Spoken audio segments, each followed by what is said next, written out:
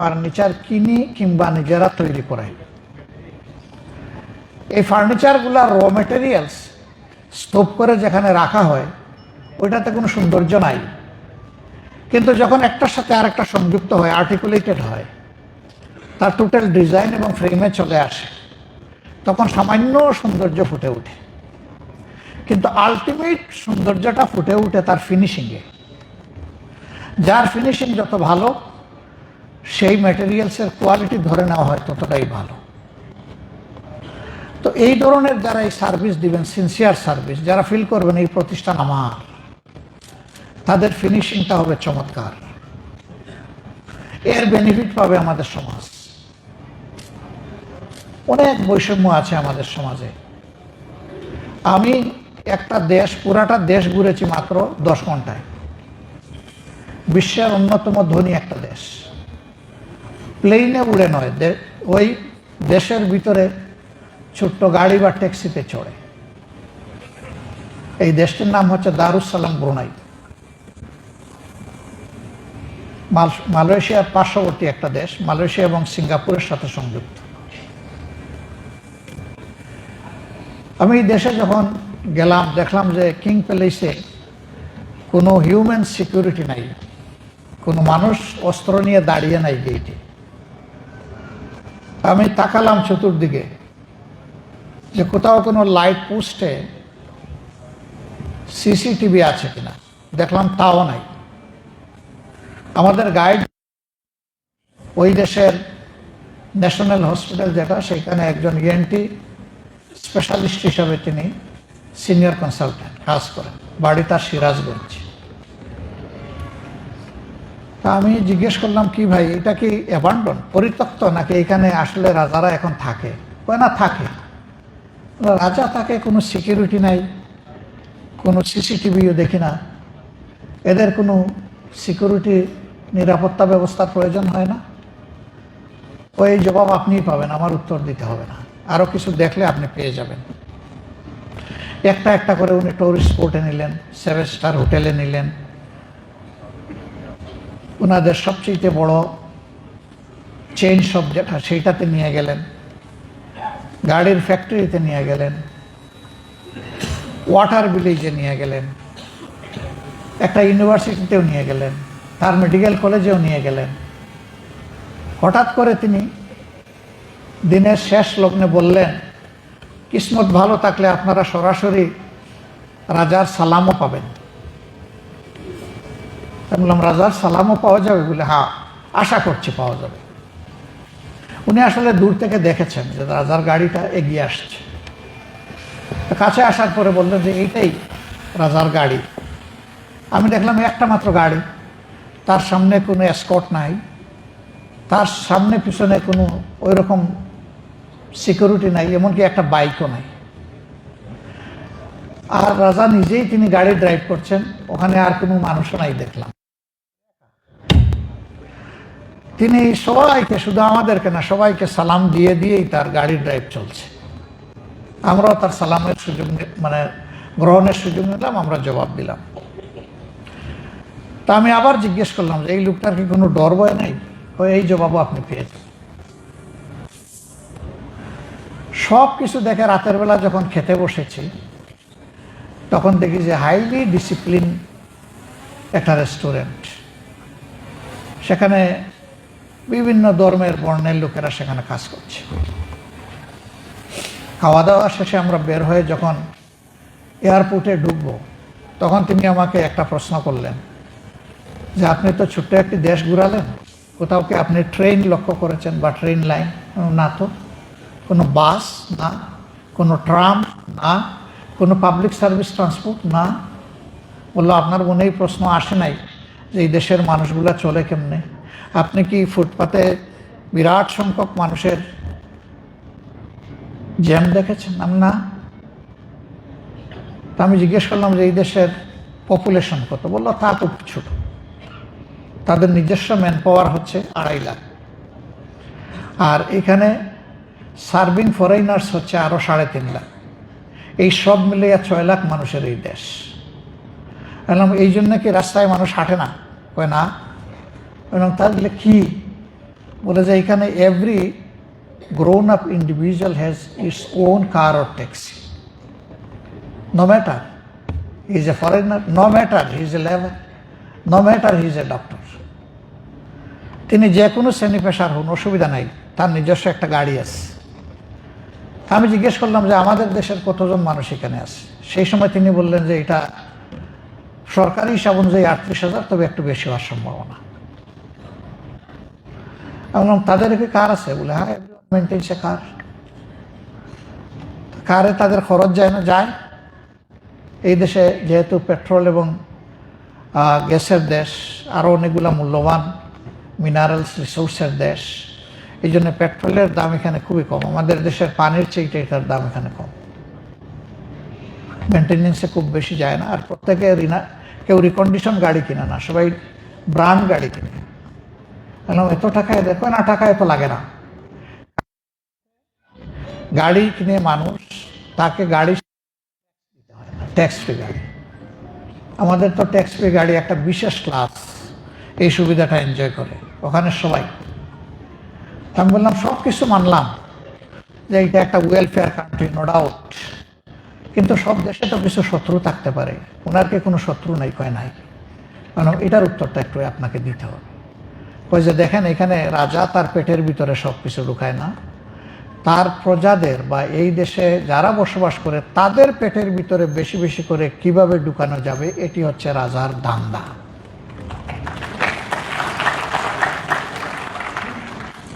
তাইলে তার শত্রু থাকবে কেন? আমি জিজ্ঞেস করলাম যে তার এডুকেশনাল ব্যাকগ্রাউন্ডটা কি। বললেন যে তিনি একজন কোরআনের হাফেজ এবং তিনি কোরআনিক সায়েন্সের একজন গ্রাজুয়েট। আমি জিজ্ঞেস করলাম যে এই শাসন কি তার আগেও ছিল? কয় না, ছিল না, তখন তো কলোনিয়াল স্টেট। এখানে ফ্রান্স, আমেরিকা এবং ব্রিটিশ পর্যায়ক্রমে এরা বিভিন্ন সময় বিভিন্ন শক্তি শাসন করেছে, আর এই দেশের সব কিছু শোষণ করে নিয়েও গেছে। এদের হাতে আসার পরে তারা এই কাজটা করছে। আমি জিজ্ঞেস করলাম যে এখানে সব ধর্মের লোক আছে? হ্যাঁ আছে। তাদের ধর্মীয় অধিকার ফুললি এনজয় করে এবং তাদেরকে তাদের ধর্মীয় আচার অনুষ্ঠান করার জন্য ফেসিলিটেট করা হয় রাজার পক্ষ থেকে। How wonderful country. এবার আমি জিজ্ঞেস করলাম ট্যুরিস্ট স্পটে গেলাম, কোনো মানুষ দেখলাম না কেন? ওরকম তো কোনো ট্যুরিস্ট দেখলাম না, কিন্তু এখানকার স্পটগুলো আমাদের স্পটের চেয়ে অনেক বিউটিফুল, নাই কেন? তখন বললো যে এখানে হাঙ্কি ওয়াঙ্কি নাই, এই জন্য এখানে ওরা আসে না। আপনারা বুঝতে পারছেন তো বিষয়গুলো? ওইটা নাই, এই জন্য এখানে আসে। এটা ওয়েল ডিসিপ্লিন কান্ট্রি আলহামদুলিল্লাহ। ওয়াটার ভিলেজে রাতের বেলা গেলাম, তো লাইটগুলা জ্বলছে, মনে হলো যেন মুক্তা দিয়ে দেশটা সাজানো। পানির উপরে ভাসমান একটা গ্রাম, সেই গ্রামে স্কুল, মাদ্রাসা, মসজিদ, সেই গ্রামে কলেজ এবং একটা ইউনিভার্সিটিও আছে, এমনকি একটা ফুল ফ্লেজেড হসপিটাল আছে ভাসমান। খুবই এক্সপেন্সিভ এস্টাবলিশমেন্ট, তাদের সম্পদ আছে করেছে। আমি বললাম যে এটা কি সম্পদের অপচয় নয়?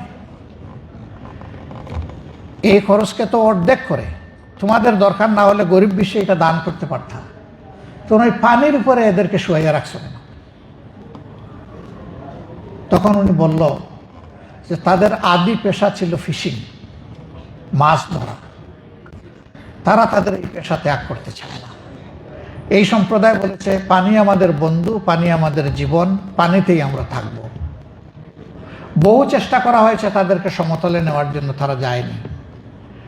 তখন রাজা ডিসিশন নিয়েছে তারাও এদেশের নাগরিক, তাদের প্রতি আমাকে দায়িত্ব পালন করতে হবে। এই জন্য ওই পানিতে থাকা যাতে তাদের জন্য কমফোর্টেবল হয়, তাদের ছেলেমেয়েরা যাতে প্রপারলি এডুকেটেড হয় এবং স্কিল হ্যান্ড হয়, এই জন্য এই সমস্ত অ্যারেঞ্জমেন্ট করে দেওয়া হয়েছে। বাংলাদেশটা এমন হলে কেমন হবে? খুব হালকা করে বললেন আলহামদুলিল্লাহ। আলহামদুলিল্লাহ। আমরা এমন একটা বাংলাদেশ চাই যেই বাংলাদেশে এদেশের সরকার প্রধানকে বুলেট প্রুফ গাড়ির ভিতরে ঢুকে চড়তে হবে না। হাঁটবে, রিক্সায় চড়বে, পাবলিক ট্রান্সপোর্টে উঠবে, যখন যেখানে যেটা মানায় সেইভাবে চলাফেরা করবে। আর সেই চলাফেরা করার সাহস এবং পুঁজি এই শাসককে অবশ্যই সংগ্রহ করতে হবে। ওই যে বলেছে যে এই দেশে তার দুশ্মন থাকবে কেন, সে তো একা তার পেটের ভিতরে সব ঢুকায় না, বরঞ্চ তার পেটে ঢুকানোর আগে নাগরিকদের পেটে কিভাবে ঢুকাবে সেই ধান্দা তার সবসময় আছে। আমরা ওই বাংলাদেশটা দেখতে চাই। এটা একদিনে হবে না। আবার দেখেন, আজকে আমি বক্তব্য দিয়ে যাচ্ছি, যদি 12, 13, 14 এরকম কোনো এক সময় ফেব্রুয়ারি মাসের আগামী বছর ইলেকশন হয়, আপনাদের সবার দোয়া মনে করেন আমরা সরকার গঠনের সুযোগ পেলাম, আল্লাহ ভালো জানেন, আল্লাহ ভালো জানেন, তা আপনারা 1 মাস অপেক্ষা করে 2য় মাসের 1ম তারিখে আবার মিছিল নিয়ে বের হবেন না। যেগুলা বলেছিলেন কোথায়, এগুলা দেখি না কেন? আমাদের হাতে আলাদিনের প্রদীপ নাই, কিন্তু আমাদের হাতে 18 কোটি প্রদীপ আছে আলহামদুলিল্লাহ। আমরা প্রত্যেকটা মানুষকে এক একটা প্রদীপ বানাতে চাই, কাউকে আমরা অন্ধকারে রাখতে চাই না। এই জন্য আমাদের প্রথম ফোকাসটাই হবে শিক্ষা এবং স্বাস্থ্যের উপরে। Better education, better nation, better health, better citizen, এই দুইটা মাইনাস করে কোনো সভ্যতা গড়ে উঠতে পারবে না, সামনের দিকে আগাতে পারবে না।